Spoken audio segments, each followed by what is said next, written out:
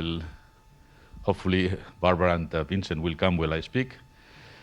It is a real pleasure to restart the series of the La Pietra lectures, which are, of course, very prestigious. They've been running now for more than 5 years, so 7 or 8 years. And those who have lectured in this room have been really magnificent lectures and communicators. We are grateful to the La Pietra families for the generosity, which has been unwavering since the center started. So Stephen, Vincent, Barbara, and Pam have been great supporters of the Simon Center in many, many different ways, not only funding this lecture series, but also funding many activities and helping with endowment and other things in the center. So we're extremely grateful to them, and I think the university also is grateful because they are great contributors and some of the major benefactors of the university in many areas in science and medicine. So I'd like to give a round of applause to them.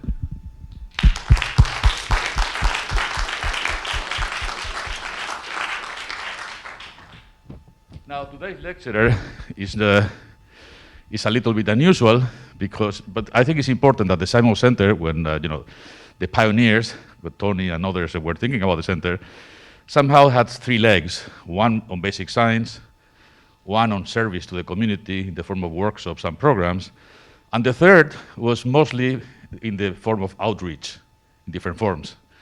I think this lecture series is part of that outreach, and I think it's kind of interesting since in our communities in physics and mathematics, there are many people who love, like, and play music, to somehow try to trace what is the relation between music and basic science. And I think that it was difficult to find someone better than Peter Pesic. I'll just read a brief biography. He's a writer, pianist, and educator. He's director of the Science Institute at St. John's College in Santa Fe, in New Mexico, where he's also a musician in residence and tutor emeritus. His 6 books and 60 papers consider questions in the history and philosophy of science, music, and ideas. In fact, next fall, the MIT Press will publish Sounding Bodies, Music, and the Making of Biomedical Science, completing a trilogy begun by music and the making of modern science. That is going to be the topic of today's lecture. And then the second one, which is the polyphonic minds, music of the hemispheres. He was born in San Francisco of Serbian parents, was educated at Harvard and Stanford, where he received a doctorate in physics, and subsequently taught in his program on structural liberal education. At Stanford, he studied piano with Naomi Sparrow and performed with the new music ensemble Alia II, and then he attended the Aspen Music School.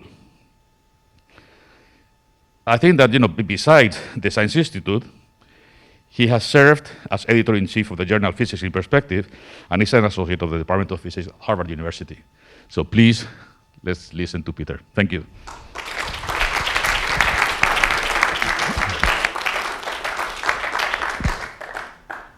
Thank you very much, Luis, for the gracious introduction and for your wonderful invitation to join you. Can you hear me through this mask? Is it okay? Thank you. And it's a great delight and honor to be here at the Simon Center, which I admire so much, and I'm very grateful to the center and to the La Pietra family for the invitation and the possibility of giving you this lecture. The story that I'm going to tell you is, I think, not merely a kind of story about mathematics and physics, but it is perhaps the story of, it is them themselves, because I think I'd like to advance the radical thought that mathematics and physics are their history.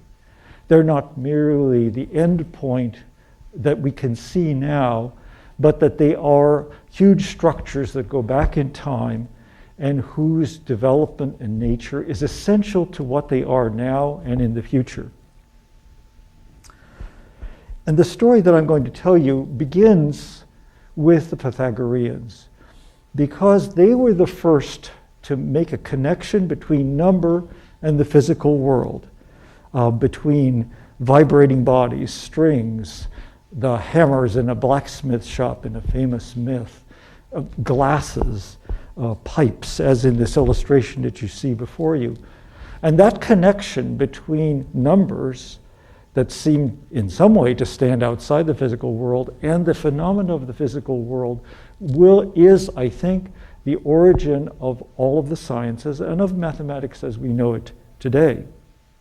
I'd like to persuade you that the sciences that we know today are the children of a kind of strange family of beings that involve music as much as they do the strictly mathematical subjects. And you'll remember that the Pythagoreans were famous for having discovered not just a general, but many particular connections. For instance, that if two strings are in the ratio of 2 to 1, you have an octave, the primal musical interval. So there's this strange and beautiful connection between a very simple whole number ratio and a very familiar sound. And then you have other ratios between the 3 to 2, making the fifth, 4 to 3 making the fourth, and between them is a tone. There's also the correlate that if you try to find out what the diagonal of a square sounds like, it's very close to a tritone. It's this primal irrational magnitude is a primal dissonance. And these are the simple elements, but then the story gets complicated. If you try to take this interval of a tone, 9 to 8 as a ratio, and to make it span an octave, 5 tones is too little and 6 tones is too much.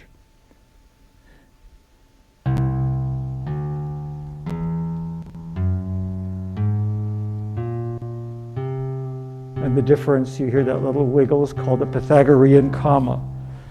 And that difference is a problem that even the creator God could not solve and has bedeviled music and the problem of tuning throughout, and is one of the beginning points that I'm going to mention. From the Pythagorean movement was a loose and complex kind of group, quasi-religious, I suppose, in some respects, even though it was devoted to reason in mathematics and the thesis that everything is based on number. From it, Plato drew a radical reconception of education, which affects us even to this day. Rather than memorizing Homer and learning how to do a few sums, which was the extent of the education of the Greek heroes of Homer's age and up until about the time of Socrates, Plato argued that there should be an education that culminated in four sciences connected together that you see before you here, a quadrivium, as it became known in the Middle Ages, that involved arithmetic, geometry, astronomy, and music. And these four sisters were, I would like to argue to you, the parents of the sciences as we now understand them. That their children, of course, have a certain kind of family dynamic with their parents, but since they're all immortal beings, they have to get along over a very, very long time, and nobody goes away. So the development of this affects us. These are the 4 of the 7 liberal arts, which are still present, at least in name, in the universities that we have them. And they were part of Pythagorean initiatives that Plato took up. Very important initiatives, because I would like to mention in passage 2 of the things that Plato argued that were considered crazy ideas at the time, but which I suggest are very, very important. The first is that there should be no slaves. And the second, that women should be educated and treated equally with men. These were 2 very important projects of the Platonic school that have taken thousands of years to come as far as they have. Admitted that they have not come as far as they should, but it shows you the power of an idea even if it's extended over thousands of years. And that's very much true of the story of music. So the fact that the Pythagoreans already had music in contact with the arithmetical and geometrical sciences from the beginning meant that there was a natural interaction of music with ideas of mathematics. And in this talk, I'd like to present to you with several examples, two in more detail and two that I'll discuss more in detail tomorrow morning, but I will sketch out for you. The first has to do with the development of the concept of number. For the ancient Greeks, numbers were simply whole numbers, integers larger than 1, not fractions, not including 0, nothing else. And the magnitudes, such as the diagonal of a square, were kept completely separate. During the 16th century, though, the problem started to arise more and more strongly of how to divide up the intervals. We mentioned the tone that we use to try to fill up the scale, but failed to do in an even form. So you have to break up the tone in some way. If you try to break a tone equally in half, you have to use geometry, and the result is an irrational number. And this created a kind of crisis during the 16th century, so that the first text that uses the phrase irrational number is a text in which mathematics and music are equally mixed, this book by Michael Stiefel, the Arithmetica Integra.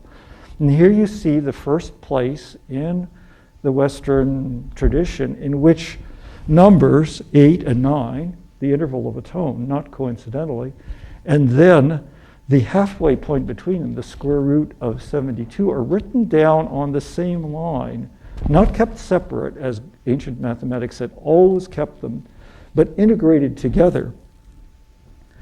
So it was under the pressure of music, which needed to be able to divide intervals in half, first a tone into a semitone, that was the first occasion in which the phrase irrational number came up. Now, to us, this seems like an innocuous phrase. It's familiar. It's used in school. Children learn about it and have trouble with it. And their trouble is a deep trouble, because for the Greeks, for Euclid, Archimedes, a term like irrational number was a contradiction in terms. Numbers were whole numbers. They had to be rational. They could not be irrational. What is written there? 272? That's the way he writes his square root. That funny little squiggle is part of his square root sign. Thank you. Yeah. So to put together two things that were contradictory was so difficult that mathematics by itself, arithmetic and geometry, were kept separate. Music connected them. And during the 16th century, there were even further attempts were made to divide not just a tone into a half tone, but the half tone into a quarter tone. And you see here keyboards that you can often find on old keyboard instruments, which try to find these notes that are halfway or at some distance in between for us, just the single black keys of the keyboard. So that finally, by the end of the 16th century, here's a figure from Zarolino in which he shows the development of an equal temperament, such as is used to tune a modern piano, in which the octave, 2 to 1, is divided up into 12 equal steps, semitones, defined to be the 12th root of 2, an irrational number if there ever was one. So embracing the irrational as part of the development of music was very important, and this beautiful diagram shows how it's kind of natural to do it for a lute, where the frets can be inserted at places that are dictated by geometrical constructions that are clearly drawn from the simple one that I showed you just a moment before. These were necessary also because of the new kind of music that was developing around the year 1600. Being developed by people like Galileo Galilei's father, Vincenzo, and the others of the Florentine Camerata, who were fascinated by the accounts that they read of ancient music and its power to move the very stones, even to bring back the dead from life.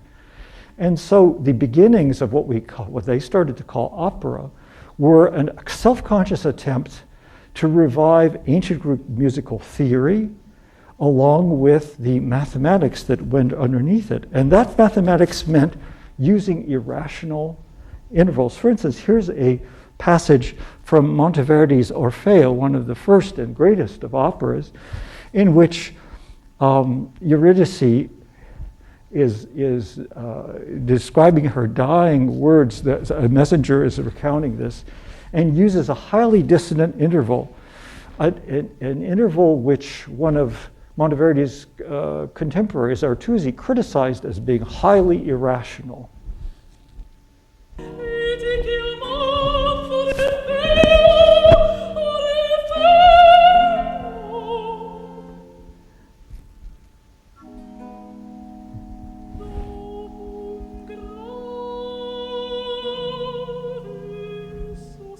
There's the diminished seventh.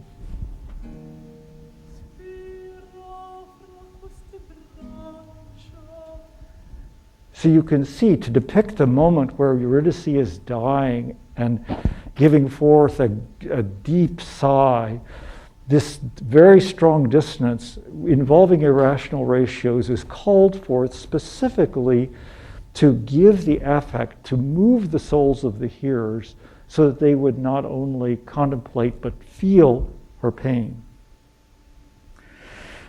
So, just as a way of summing up this one section, here's a passage from a 16th century algebraist, Gosselin, who says, the arithmetician, that's the person that deals only with whole numbers, sees numbers in themselves, but the musician and the algebraist indeed know numbers, but in their relation to something else. So that the new concept of number that was necessary for algebra really came in essential relationship to music. Now I'd like to turn to a very famous figure who's probably in mathematics and physics the person for whom music was the most important, not just personally, but in the sense of his work. Because throughout here, my sense is not so much that music follows science, but that music is the elder in a certain sense, that music as part of this sisterhood, arithmetic, geometry, astronomy, music, is the parent, and the sciences are the children. And so as is the case, very often the children show the resemblance to their parents rather than being so clear the other way around. Kepler himself was deeply musical. He was educated in music. He sang. As you'll see, he knew the music of his time very intimately. He was aware of the kind of difficulties of tuning and the problems that we've been addressing just now. He was aware also of algebra, although he himself had a kind of ironic relationship to it and didn't use it. Wrote a kind of ironic, humorous critique of it as involving too much of the use of infinity, because of course it's true that if someone writes down the square root of 2, they're asking you to accept a gesture towards something which is an infinite decimal, which troubled Kepler and which he thought he would rather avoid if he could. In his own astronomical work, music was of the greatest importance. His work, The Harmony of the World, 1619, is a crucial book in the history of science. In it, Kepler goes back to the idea that Plato had pioneered. Plato had argued that the creator had consulted mathematical and musical archetypes when forming the universe. And in his book, The Timaeus, gives a careful description of this, in fact, including the troubles that the creator had in imposing these intervals on brute matter, which for him explained many things about the imperfection of this world. I'll just mention in passing that although this divine craftsman made the universe, the cosmos as a whole, he delegated the making of human beings to his assistants. His assistants or students were gods, but there is a certain respect in which, and I think it's kind of humorous of Plato to say this, that we human beings are student work, very talented and divine students, but still not the works of perhaps the creator himself. Kepler was interested in going back to these ideas that of the music of the spheres, which Plato had argued in the Timaeus, which is the dialogue of Plato that was known the longest and the widest. It was Plato up until about the 16th century. But Kepler knew that there are far more accurate observations available from Tycho Brahe than had been available to the ancient astronomers, and he was really interested to find out what would happen to the music of the spheres if you started to use this data. It was Kepler, of course, who had realized that the orbits of the planets were ellipses, not circles, and that their orbital velocity varied around that ellipse. And so he was trying to reflect it in what he decided to write out in the form of songs. And these are the songs that he writes for each of the planets. And in each of them, in their range, for instance, Mercury, which has the most eccentric orbit and travels the fastest around the sun, you see has the broadest range. Saturn, Jupiter moving very far out, quite slow and limited ranges. Although the Earth and Venus actually have, their orbits are almost circular. And the Earth, Terra, when Kepler analyzed the orbit of the Earth, he was very proud because he said, up until now, the Earth has been silent in the music of the spheres because it was considered to be at the center and unmoving. He says, but now there is a song of the Earth. And the song of the Earth is a doleful song. It's a song of just a semitone, mi, fa, mi, which in the spelling, note spelling of his time, which Kepler decoded as miseria et fames, misery and famine, is the song of the Earth, which was an appropriate reading, certainly to the experience that he had of the religious wars, the famines, the tumult of his own life. Here you can hear the various songs in order. Starting with Mercury.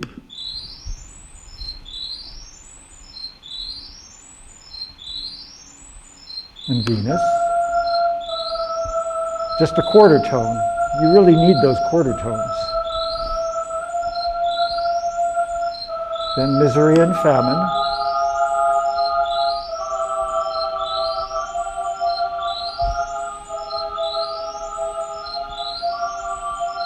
Mars.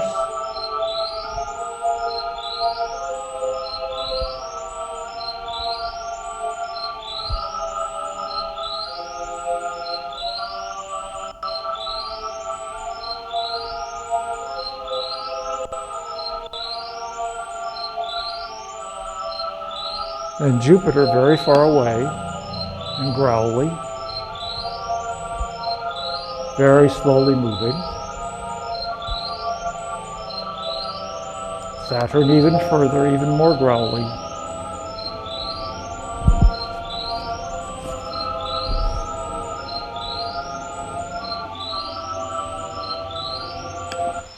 This is not what people had expected the music of the spheres to sound like. It's very, very dissonant. So I think he was both shocked, but in a certain sense, it confirmed everything that he thought. It's not surprising that we live in misery and famine and our world is so messed up if those dissonances are raining down on it continually. And it raised all kinds of problems. For instance, how could they ever end? Would there ever, if there was a beginning to the universe, presumably with some kind of a concord, could it ever resolve into any kind of concord? Actually, Kepler realized that it couldn't. But he kept that thought to himself because it was highly unorthodox and he knew what had happened to Galileo already. But just to close this out, one of the interesting things in his book is that Kepler is fascinated with this whole thing. He says, I wonder, in the margin of the book, he writes, one of his comments, he says, perhaps some modern composer could write a composition in the right number of voices that perhaps might put together some of the dissonance give us a better sense of what the cosmic music must be like. It's clear that he was disturbed, because although I don't think he ever heard what I just played to you, he looked at the different planetary songs and realized that it did not go together. But he does mention a piece by the composer Orlando de Lasso, which is called In Me Transierent, which is a piece about the wrath of God passing over the earth.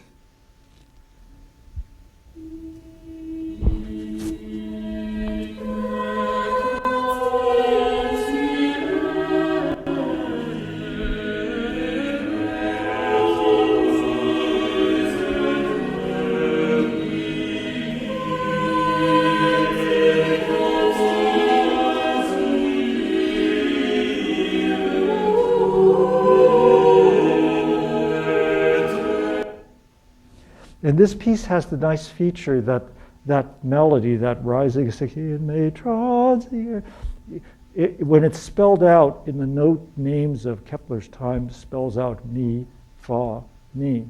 So it's clear that he thought that he recognized Lasso's piece as being, in a way, a kind of contemporary attempt to write down the Song of the Earth, as sad as it was.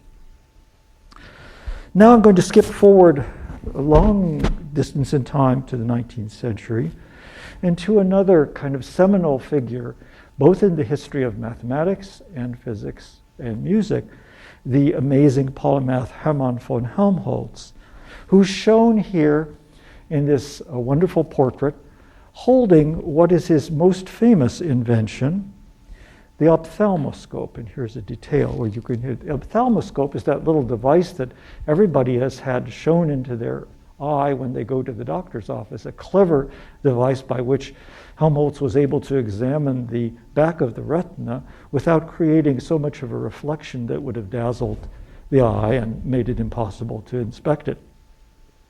But next to it too, you see the thing that's on the right. It's in brass in the painting. It's a resonator, by which Helmholtz was able to isolate the overtones of sounds and to render them audible in a separate way, a kind of Fourier analysis in which he would separate out the sounds and make it easy to tell that they were there. So the story I want to tell now is not so much about the development of the concept of number that I mentioned to you before, but the concept of space and manifold, which is so important for modern mathematics, which emerged in the work of Helmholtz and Bernhard Riemann as a result of a kind of cross-exchange and dialogue between work on the visual system and the auditory system. Helmholtz was a physician. He wanted to be a physicist, but at that he couldn't afford it. He became an army surgeon, but even as an army surgeon, he wrote one of the first and important descriptions of the principle of the conservation of energy. In his later life, he also devoted himself to physiology, as his work on the ophthalmoscope would suggest, and wrote the great treatise, The Handbook of Physiological Optics, which to this day stands as a kind of summa of everything that is known then, and much of which still remains true about the eye and the visual system. At the same time, he was also working on a similar work on the problem of hearing, and it resulted in his famous book on the sensations of tone as a physiological basis for the theory of music.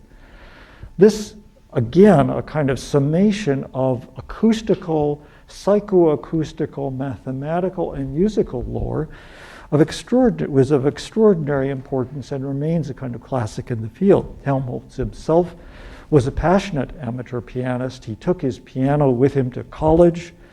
There are letters extant in which his father warns him against being seduced by the beauties and the empty charms of Italian music, and to stick to Beethoven and the classical repertoire. So, I mean, this was very, very important for Helmholtz, and I'll try to talk about this some more tomorrow.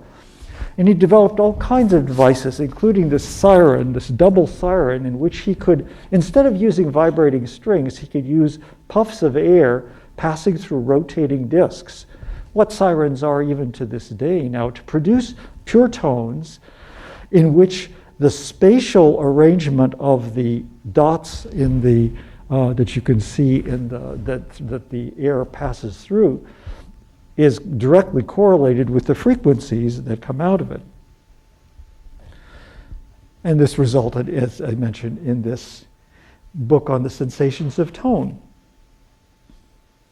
In it, Helmholtz thinks more and more about what are the ways in which the visual system and the auditory system display and encode the information that they receive. And in this passage here, he's talking about the essential character of space, that at every position bodies can be placed and they can move. And this is also true with the musical scale.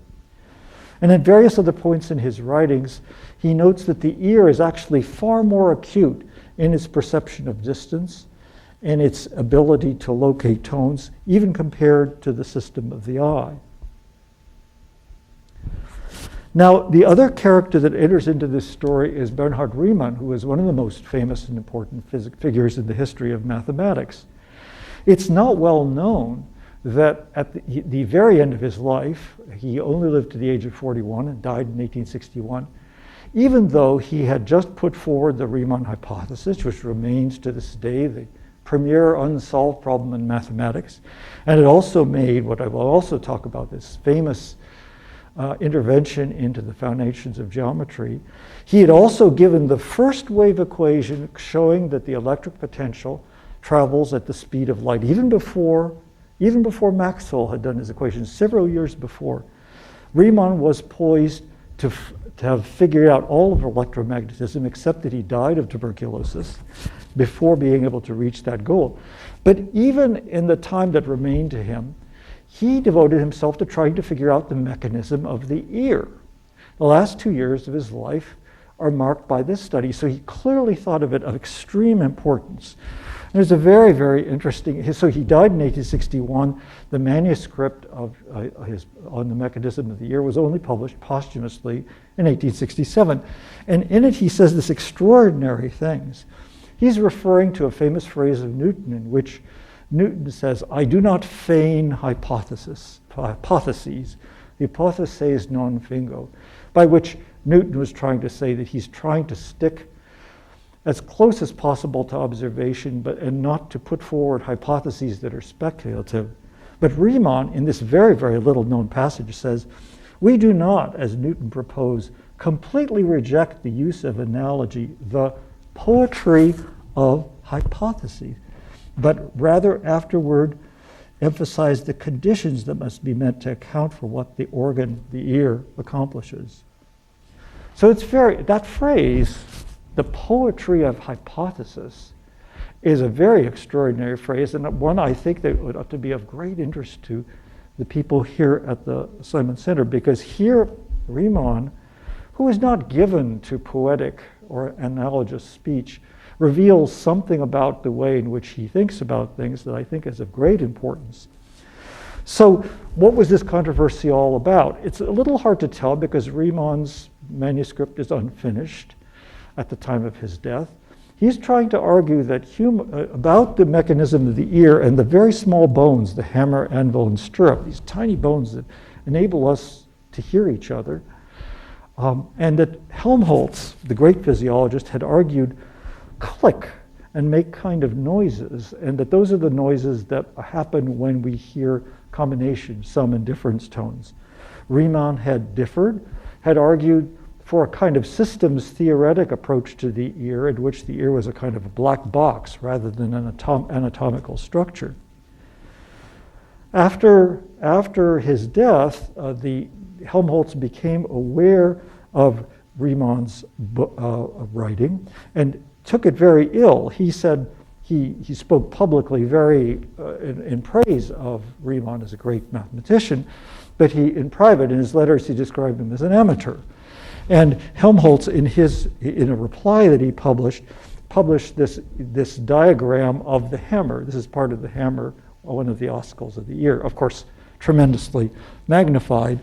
And the controversy between Riemann and Helmholtz had to do with a little point TT, the tensor tympani, a little muscle that keeps adjusting the tension of the eardrum so that, I guess, so that we're able to hear without a kind of tremendous flapping sound all the time or buzzing sounds. At any rate, against the poetry of hypothesis, that's Riemann, Helmholtz wanted to put facts. And he buried Riemann's hypothesis under a lot of facts. But the story seems to be much more complicated, that the story of hearing, as it's advanced to the 20th century, now there's a renewed interest in Riemann's theory, which is not a mechanistic, mechanical kind of account, but an attempt at a much more complex understanding of the functioning of the ear. But even though Helmholtz disagreed with Riemann, he kept thinking about him, and it was very curious that their thoughts converged on another thing. As a result of his work on vision, Helmholtz started to draw pictures of the visual space. He became aware that there were three dimensions to it: hue, saturation, and brightness. He became aware that the eye did not perceive, that those dimensions were not arrayed in a Euclidean form. That is, that the perceptive manifold, as we would now say of the eye, was not a Euclidean space. And he started to be interested then in the question of how did this relate to space, the space of our perceptions, the physical space, or the space of music in which it's possible to transpose. It has a translational invariance. If you take a sonata and play it 1/2 step higher, it will still sound the same. Whereas if you take a painting by Rembrandt and change all the colors by a similar kind of step, it would look very, very different and would not be easily recognizable as the same piece of music. This seems to be the thing that preoccupied Helmholtz. In the midst of all this, Helmholtz has started to think about it. He became aware of Riemann's famous lecture, 1854 lecture, on the hypotheses that lie at the foundations of geometry. Notice the word hypotheses, which we now understand for Riemann had the absolute significance of being poetic, that is to say, free creations. Helmholtz realized that Riemann had come up with some of the same ideas that he had been worrying about. Namely, why is it that the most general form of space that goes beyond just the Euclidean involves only quadratic terms rather than much more general terms? We'll discuss this more tomorrow morning. In the midst of this, Helmholtz thought he had an argument, which kind of goes with this. He said, in his 1868 paper that he finished after rediscovering both Riemann's work on the ear and Riemann's work on space, he argued that it had to do with the possibility of there being rigid body rotations.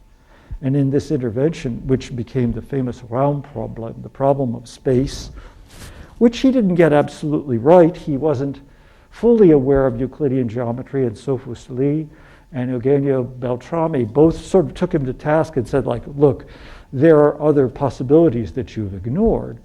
But it is a very, very important intervention in the project of trying to understand the physical basis of space, so that Einstein, looking back, would say both about Riemann, only the genius of Riemann, solitary and uncomprehended by the middle of the last century, already broke through to a new conception of space, in which space was deprived of its rigidity, in which its power to take part in physical events were recognized as possible. And also his much less well-known statement about Helmholtz, that all propositions of geometry gained the character of assertions about real bodies, was especially clearly advocated by Helmholtz. And we can add that without him, the formulation of relativity theory would have been practically impossible. So that this dialogue happening in the 1860s was a crucial prelude to the theory of relativity, especially the general theory of relativity. In the last part, I'd like to turn to another aspect of Helmholtz's work. In the course of his work on writing The Sensations of Tone, he became fascinated with different forms of tuning, including Arabic and Persian tuning, all different scales, not just those known in the West. And also in the historical kinds of tunings, we've been looking mainly at the Pythagorean ones, but during the 15th, 16th century, in order to recognize the major and minor thirds that were increasingly used in music, there came to be what was called just intonation, or natural intonation, as Helmholtz called it, which slightly simplified these, and as compared with the equal temperament on the right, in which, like as on our modern pianos, everything is equaled out. All half steps are equal. Helmholtz came to believe that no doubt can remain that the natural intervals, that is to say, those not the equal ones of the modern piano, but the just sounds, are really natural for uncorrupted ears.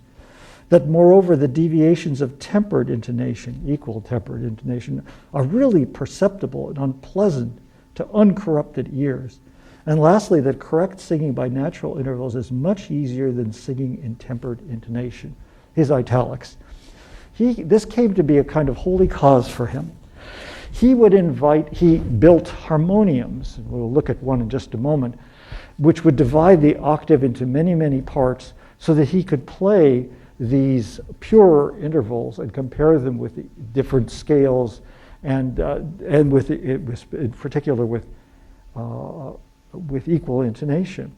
He invited Johannes Brahms and Joseph Joachim to his house to show him these intervals because he thought they, as great musicians, would instantly recognize the purity of the just intervals, their rough and restless quality. Here, for instance, is a kind of internet rant about them, which has nice illustrations of it. This is the sound and visual image of a pure harmonic third, an A and a C sharp. This is the tempered version, as played by a modern piano or guitar, clearly out of tune.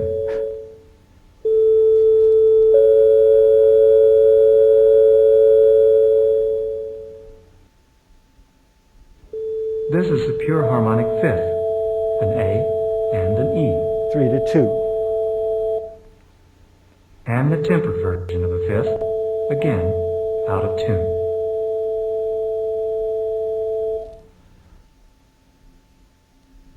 When we put these mistuned tempered intervals together in a major chord, you can hear the rough and restless quality that Helmholtz referred to. The pure chord rings true, every interval in perfect harmonic balance.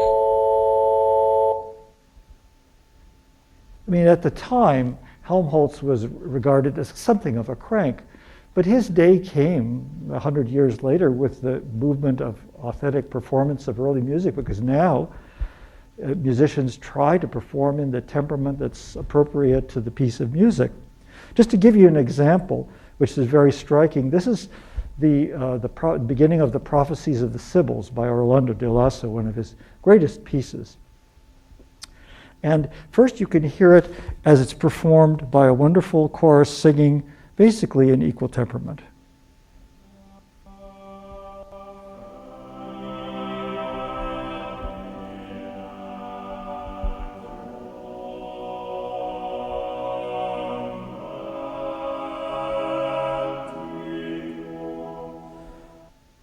Now, using a computer, it's possible to take actual singers, and this is widely used in pop music. It's called mellotones. There are all kinds of, there is a way of taking a voice and adjusting its pitch so that that singer will actually hit the pitch that they're supposed to hit. And in this case, even though this is highly chromatic music, it's always being adjusted to be perfectly in tune in terms of just intonation.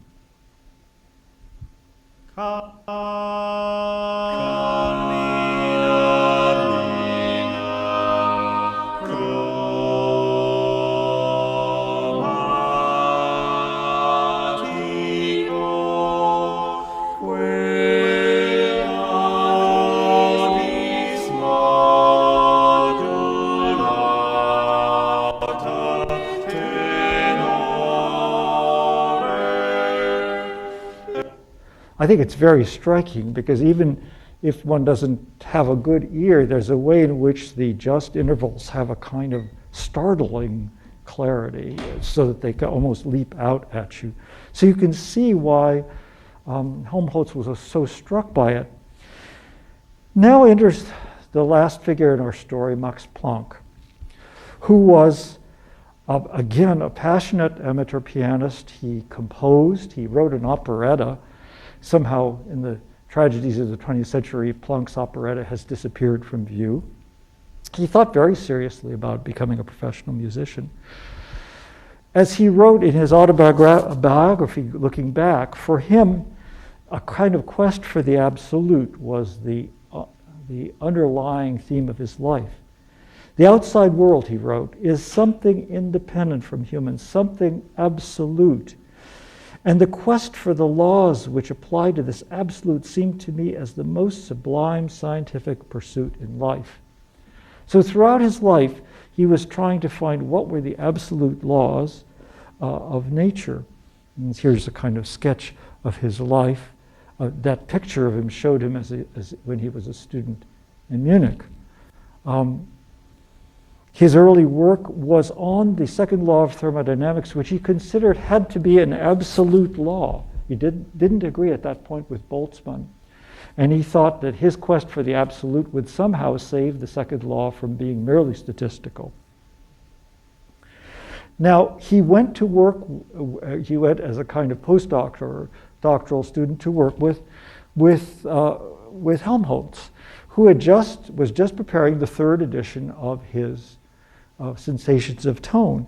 And certainly Planck knew very, very well Helmholtz's ideas about music and his quest for the absolute, which he called the absolute as natural, that is, just intonation. So Helmholtz spent a year there, and Planck spent a year with Helmholtz. They made music together, they became friends, and then Planck was called to become professor of physics in Berlin. And it says something about physics in those days that his department chairman said to him, well, Planck, we have this harmonium that Helmholtz, who had recently retired, had ordered. We want you to spend time with the Helmholtz, this new kind of Eitz harmonium, and do research on it. So Planck spent a couple of years working just on the harmonium, okay, and wrote 2 papers which don't appear in his collected works because they're not about physics, but they're very important because that's what he was doing. And here's the harmonium, which is quite a thing. It divides up the octave into 104 equal steps.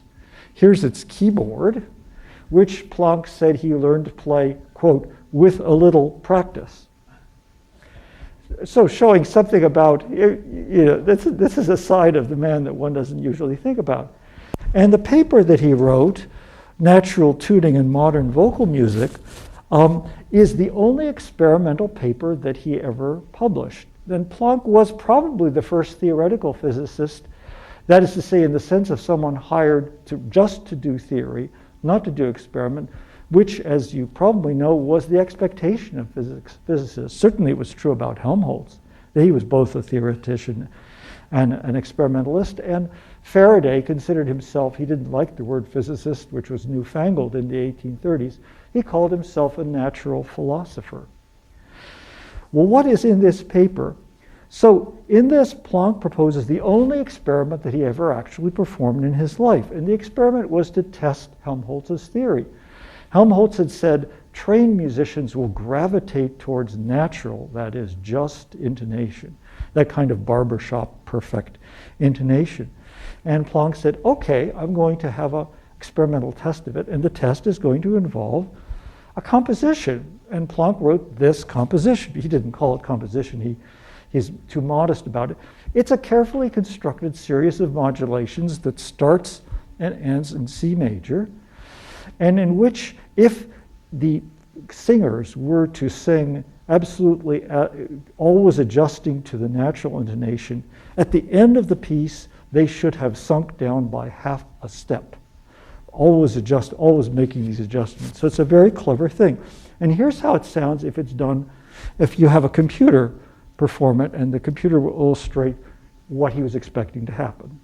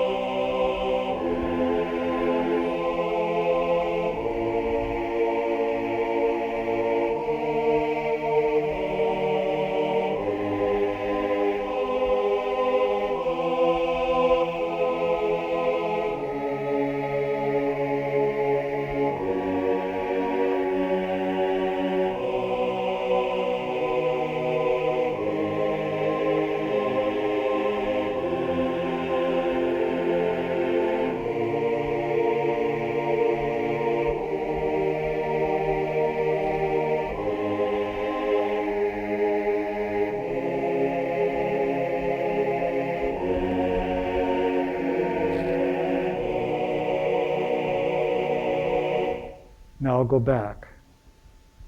You hear, so it has, they did sink down a half step. Okay, so it actually did the experiment.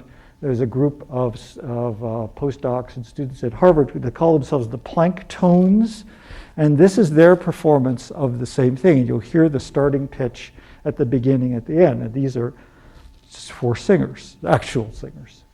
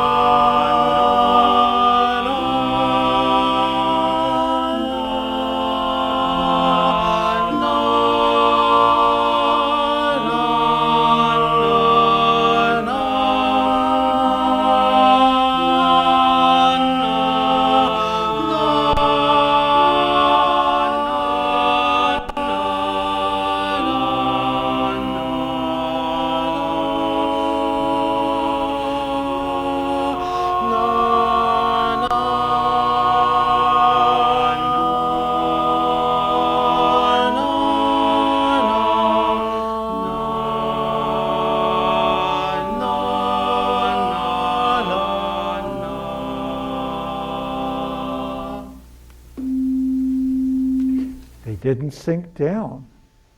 What Helmholtz expected didn't happen, and Planck had this same experience over and over again with choruses, and he even wrote another version in which if you sing it and you follow the natural intonation, it goes up a half step.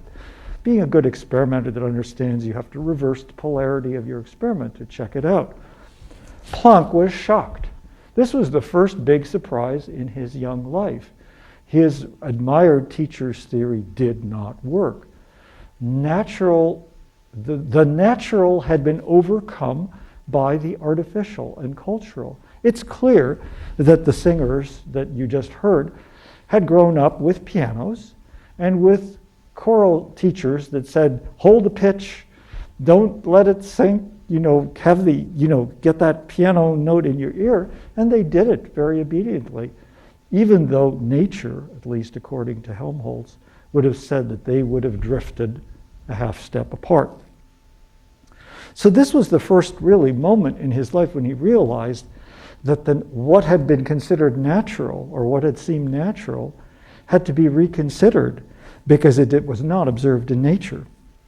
At this point, having published this and being somewhat surprised, he didn't even have the chance to communicate this to Helmholtz, because at this point, in 1893, the so-called Black Year of German physics, not only Helmholtz, but two other, Hertz and another admired colleague, all died.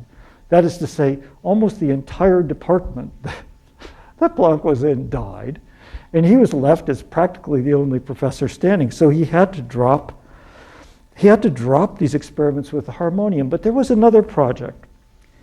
The Reichenstalt, this kind of technical institute that Helmholtz had begun, had been tasked by the Siemens and other manufacturers, was trying to find out what were the laws by which light bulbs and other forms of illumination glowed.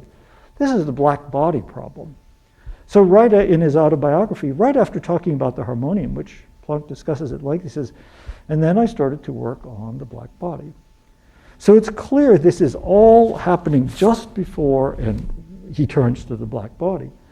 There in Berlin, his colleagues had found new data that seemed to contradict the classical theory. And of course, very famously, Planck then made the Ansatz, the hypothesis, that the energy was quantized in units of h nu. So this was the moment, of course this is his great discovery, although as you must know there's huge controversy of what he really discovered or what he really thought he had found, whether or not he really understood the quantum. It's certainly not in the way that Einstein did in 1905 when he put it forward in a much more radical way. When Planck's own children asked him, well, what have you been doing recently, Father? He said, yes, I've made a discovery, which is the equal of that of Newton's. He's a very modest man. But what he thought he had discovered was that there were fundamental units, the so-called Planck units that are now familiar to every physicist, of mass, of length, of time, of temperature. And as he pointed out in this paper, he says, these necessarily maintain their meaning for all times and for all cultures. There's the absolute for you. Even extraterrestrial and non-human ones, and can therefore be designated as natural units. So the quest for the natural had for him kind of first come full circle, and what he could not achieve in music, that is to say a unity between the natural and the conventional, was achieved in these natural units. The universe, it turned out, was tuned, was in a kind of natural intonation. In particular, if you take the Planck time, there is, of course, associated with a certain frequency, okay? And that frequency corresponds to a certain note. I can't play it for you because it's 135 octaves above this note. But that's got to be the fundamental pitch of the universe, right? So that any energy could be read in terms of that pitch. So this story about the quest for the absolute, I think, has a very funny twist to it, and a very beautiful one, and one whose full irony and beauty can only be really understood in terms of the musical work that was very important to Planck, and that he had been absorbing him for several years before he was able to complete the quest for the absolute. My story is almost done, only just to remind you of what everybody knows, that the story is not yet over, and that these two detectors in Louisiana and Washington, with the famous chirp that signaled the detection of gravitational waves, shows that these issues are alive and well. For a long time I thought, well, this is just a metaphor. This is outreach. This is outreach. But then I thought, because of course there's no sound in outer space. On the other hand, it is certainly true that the colliding black holes, billions of light years away, that caused that chirp, vibrated. There was a vibration, although there was a vibration, right, of space-time, a vibration that was perceived by those two detectors. If that's not a sound, still the use of a vibration and the use of the musical metaphor about it has a strength and power which goes far beyond the metaphorical. The story is not yet done. It seems to me it remains for the future, for those of you at the Simon Center, to see what more there might be in the strange interrelationship between music and science that's gone on for 2.5 millennia now. And I just leave you with a few words of Einstein in a little known letter that he wrote to the African-American physicist Robert Thornton. A knowledge of the historic and philosophic background gives that kind of independence from prejudices of his generation from which most scientists are suffering. This independence created by philosophical thought is, in my opinion, the mark of distinction between a mere artisan or specialist and a real seeker after truth. I hope that we can become such seekers. Thank you.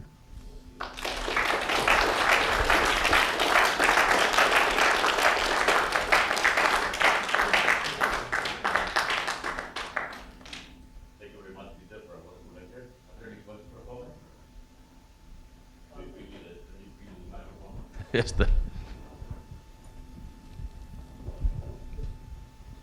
you very much. So I remember I saw on YouTube the other day there was a motive that was written, I think, in early 1600s or something like that, such that if you played in the natural tuning, it will go up forever. Huh. Like the pitch will just rise up naturally. Huh. And I wonder if Planck was aware of that at that time, because he could have just done that experiment with that motive if he could. Right? You know, I don't think he probably was aware of it. Okay. I think he constructed this. I mean, he was not trained in musicology, which was sort of beginning as a science about at the same time in the late 19th century. But he would not have known. I myself have never seen. I'm very curious about. I would love to look at that. I don't think I know exactly what you're referring to. I'd be fascinated to see it.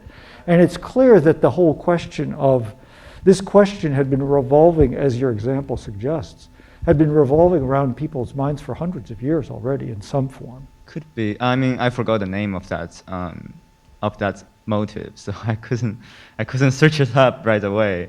I might need to dig it up somewhere in my. But it's interesting because it shows that the same idea had been there for a long time, and that someone had realized, like, wait a minute, this possibility exists, and it continues to serve. One of the pieces I'll play tomorrow involves a kind of endless descent.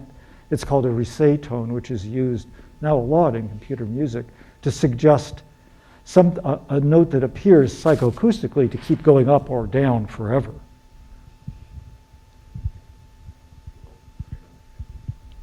So with the music of the planets and the sound from LIGO, like what physical phenomenon does like the frequencies associated with?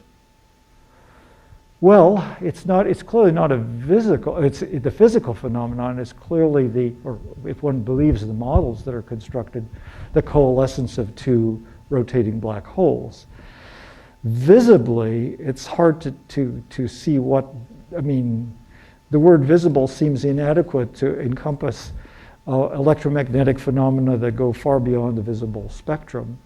But the curious thing is that the phenomenon should coalesce into something which, even in our time scale, is as fast as that chirp. That is, that suggests that something happened that we can best perceive through hearing, which we can't really form an adequate, I can't. I mean, maybe there are models but still the models wouldn't. Music is far more attuned to time than visual phenomena are, and I think that for that reason, the device of sonification, that is to say, the attempt to render data audible instead of visible, seems to be very promising, and there are certain places in science in which and this seems to be a case, that it's not for nothing that if you get that app for your phone what is it called, Chirp, I think, actually, which alerts you whenever two gravity waves hit the LIGO detectors, it makes that sound, because that somehow is the signal, that is the sensory thing that's occurring. In a way, it's not surprising, because as Nietzsche said, the ear is the organ of fear. That's to say, that's the organ by which all animals, not just human beings, are first of all the device to warn us of danger or imminent events of great importance, that is fed so deeply into the brain that it doesn't have to be interpreted in the way visual images require an enormous amount of interpretation. I don't know if that really speaks to your question. Yeah. Well, I didn't say this, but it's a very important point that in the course of trying to find musical intervals, Kepler found the harmonic law. That is to say, the relationships between the cubes and the squares of orbital periods and semi-major axes. The law, which in a way was for Newton was golden. Without that law, it seems very, very clear. Certainly, Newton could not have demonstrated universal gravity, perhaps not even found it. And it's also very clear that ratio of 3 to 2 in Kepler's law is absolutely the kind of thing a person would be looking for who had read music theory all their life and knew that 3:2 was an important ratio, next to 2:1. So it's clear that he went looking with music theory in his mind, and he found, I mean, certainly he had to do, it was not an obvious discovery, and it took a lot, but it took someone who was sufficiently obsessed with musical intervals that they were willing to spend, God only knows how long it took before he found that in the data and realized that it was important and significant. So, I mean, that seems to me probably among physical laws the most important one that was discovered, I think, arguably through musical means. Yeah. Hi. I'm curious about your comment that you thought the reason the Planck's experiment of Helmholtz's theory failed was because the chorus was too trained to well-tempered. Wouldn't the singer who has absolute pitch have great trouble? Yes, so it may very well be a completely natural explanation that doesn't require well-tempering to. Right, but the whole phenomenon of absolute pitch is something which is regulated by the temperament of the time, which is equal temperament. So that people that have, it's no accident that people that have so-called absolute pitch have absolute pitch for pianos at A440. And if you take a person, to an out of tune, I mean, a piano that's in tune but not at A440, that the person will be highly bewildered, absolute pitch though they have, because it's clear that the word absolute is somehow there a misnomer. It seems to imply something transcendental, whereas what it is a very accurate memory that's been imprinted on them since childhood that A is 440 and nothing else. So that too would be an example of the conventional. And probably some of those singers that in fact did have absolute pitch, or at least have such a clear pitch memory that they would, through dint of practice, be able to hold a certain pitch or return very accurately to a pitch, even if they might not be able to name it. Richard, you have a question? Why do you say that Planck failed Helmholtz? Because it says very clearly, twice repeated the word uncorrupted. He says that what uncorrupted thing do it in a natural way, and Planck was dealing with people who were corrupted by education. It would be very interesting to repeat this experiment with some people who are taken outside of standard education. See what is natural for uncorrupted. That's a wonderful point, and I absolutely agree. I think that both Planck and Helmholtz somehow had the thought that real singers, people that, like in a barbershop quartet, you can hear very often in a barbershop quartet that when the harmony, to achieve the closest harmony, they will go to just intonation. That's a known phenomenon. And as a result, I think Helmholtz and Planck must have thought, aha, that shows that they recognize it and they're uncorrupt to that extent. Certainly you're right, it would be very, very interesting to find out if it would be possible to do it with people that had never, well, this is the difficulty. Yeah, you see, the trouble is they'd have to be able to read the music, and yet the trouble is once, if you could read music that well or sing from a score that well, you're already corrupt. You can't escape. Yes, so I recall that they wanted to change the A, the 440, is that right? Did Yes. you mention that? Yeah, what do you think about that? Well, I think it's actually an interesting issue because certainly in Baroque times it was at least a half step lower. And I think certainly if you're a singer and somebody raises the pitch, the high note that you're supposed to sing by a half note or a half step or even more, it changes where it lies in the voice. So I think a lot of pieces that now are virtuosic and verge on the screechy, frankly, even when done correctly, we're hearing the artifact of that rising intonation because, as you must know, some European pitches go even higher than 440. So that an unhappy singer that arrives on those shores to sing the Queen of the Night or something like that and discovers that they have to sing a high F sharp, not a high F, they might be in trouble, and if they manage to do it, it might be much more strained. So I think actually that going back to the earlier pitch standards makes a lot of sense because it reflects what was in the ear, what was desired at the time. I think that's part of that movement. And so it is a significant issue. And the fact that pitch has tended to rise because it makes a more brilliant sound, or also because it's technologically possible. The old pianos that didn't have a cast iron frame, the strings would snap like crazy if you tried to raise the pitch past a certain point. But as we all know, raising the pitch or the intensity of urban life does not necessarily make for the greatest happiness.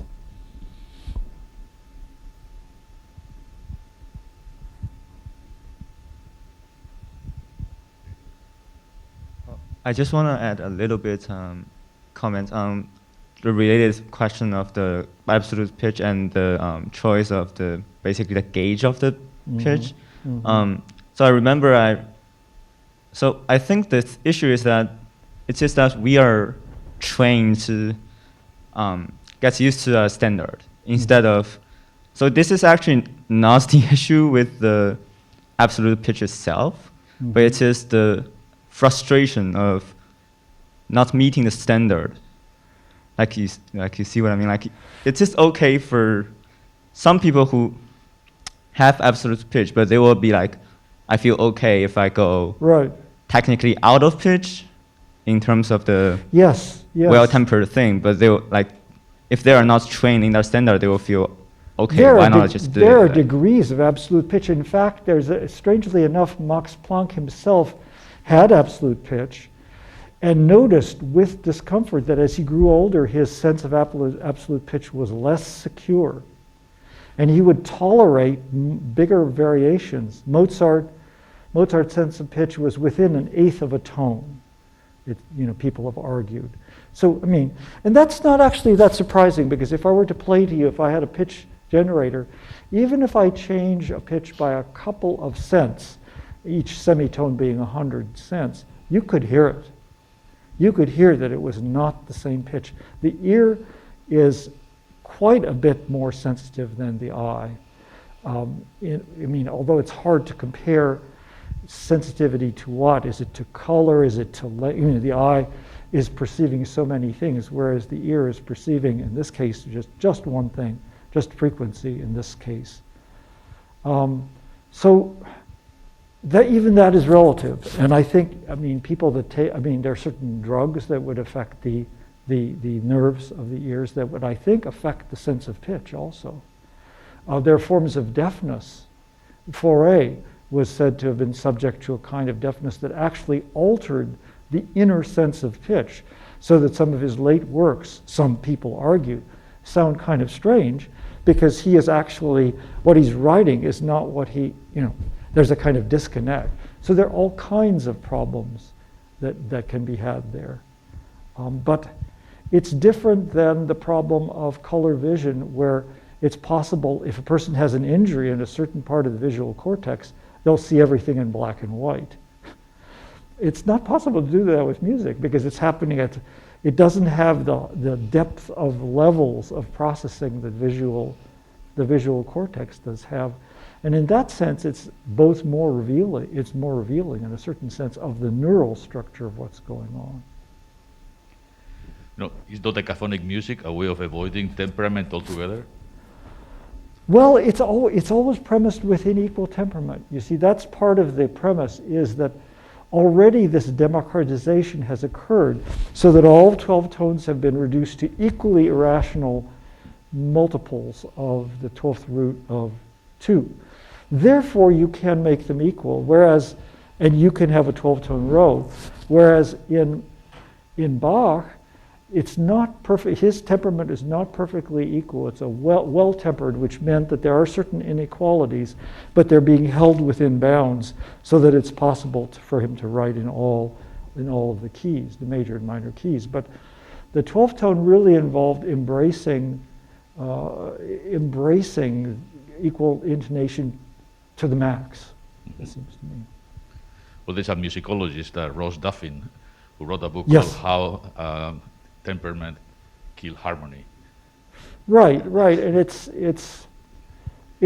when you listen to some of the earlier performances, you do hear differences of colors between keys that are washed out Yeah. in the equal temperament, which allow a perfect group of translation and variance, whereas the older temperaments didn't. There would be a different, as you slid the piece along, starting at different key notes, you would hear the difference, and it would, C sharp major would, Beethoven wrote a remark to one of his friends that B minor was so black, such a black key.